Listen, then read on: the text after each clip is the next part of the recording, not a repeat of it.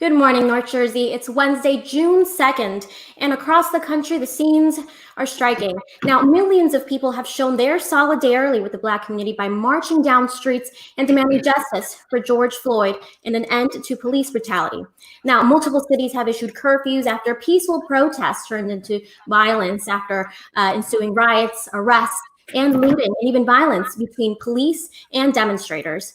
But in New Jersey, the scenes have been mostly peaceful. Now, tens of thousands have marched peacefully in Newark, Patterson, Camden, Inglewood, and Morristown, among others. And on social media today, many are posting a blank Black image to show solidarity with the Black community and encourage their followers to learn about the history of Black social and economic and political plight. Now, with us today is someone who has been on the ground since day one. Now, Black Lives Matter Morristown founder Tiana Kimbrough has peacefully mobilized her community to bring attention to what's going on. Good morning, Tiana. Now, I have to start by asking, how are you? I'm okay. I'm feeling a little overwhelmed, but I'm all right. I hear you. And I think this is a very important time to shed some light, on the Black community and how this is really impacting, this community and its allies. So tell us a little bit more about those emotions that you're dealing with right now. The emotions that I'm dealing with right now, it's complex. I'm on a high some days and some other days I'm low. I had to take time off just to kind of refocus, regain some energy. Right now I'm dealing with, trying to consult with other leaders that want to do something, other allies who want to stand up for Black lives. So that's really what we're doing right now. I hear you. And you're busy on your end doing, mobilizing and getting your community together. So let's talk about kind of your efforts in the last couple of days, especially in Morristown. So on Saturday, I know you said there were over 700 people at this funeral procession and vigil. Tell us a little bit about how that went.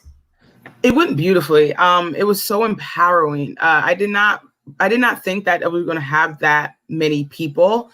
At first I thought maybe, hey, 100, maybe 150 cars, but the turnout when the cops were they were there, they were wonderful, helping the flow of traffic and just reports of, wow, the wraparound of cars. They had streets that was blocked off. Some people were, they couldn't get to Ginty Field for maybe an hour or two after the procession started.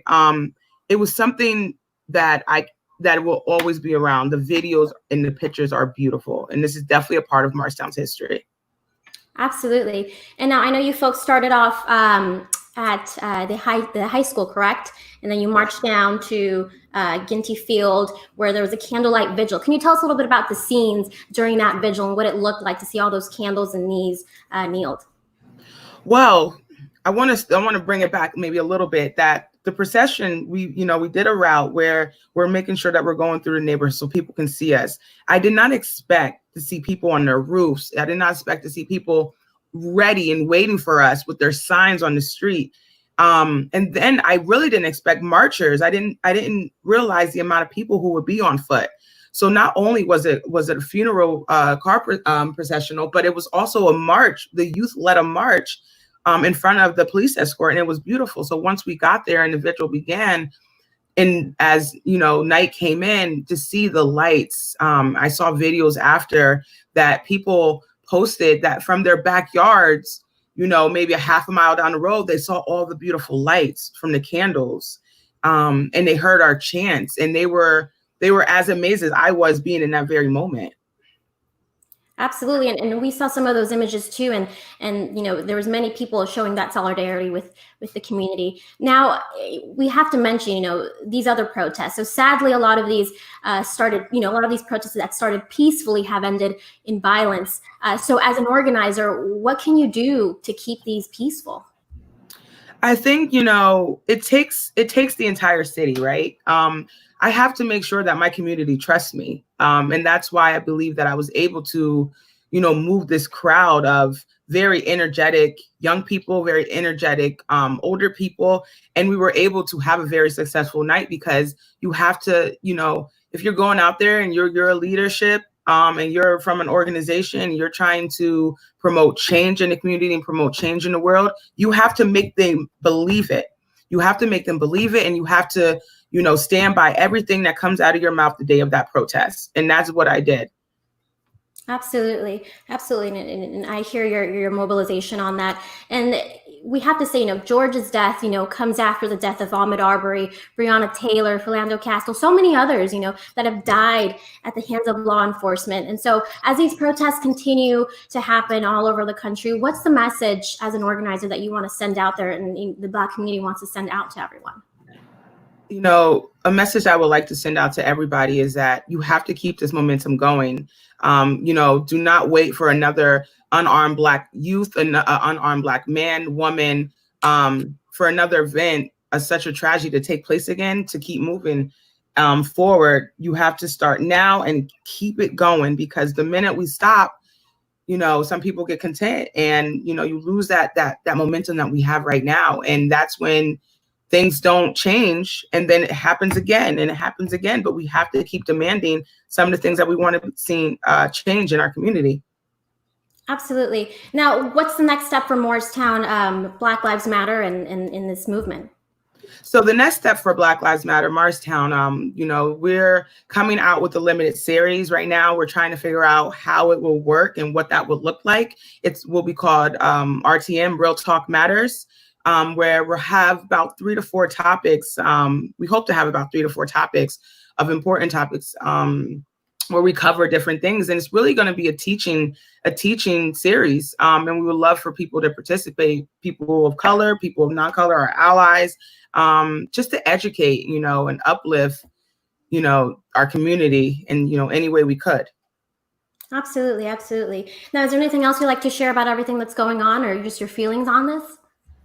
Yeah, I do. I would like to just take a second to share that, there's some speculation going around, when there is a Black Lives Matter event, Black Lives Matter name previously has been called a hate group, an anti-police group, anti-police organization. And that, I just want to clear, that is not what Black Lives Matter is about.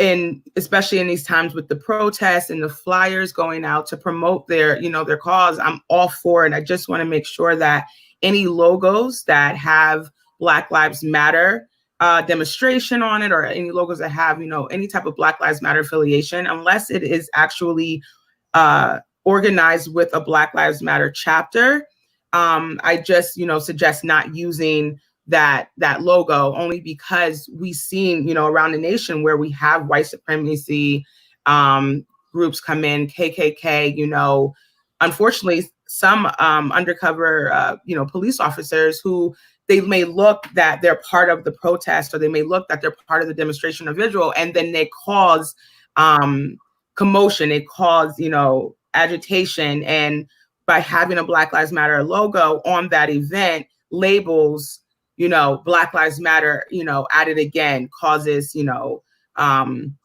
commotion in the streets, and, or, calling police, pigs, that's just an example of, I think, something that took place in Dallas, Houston in 2016. But, those are some things that I'm trying to, if I see it, I try to educate our youth, because I want them to keep the energy. And I love that right now the youth are feeling empowered to take a stand for Black lives. And I want to keep that going. I just want to have the chance to educate them and, have this moment be a teaching lesson for them.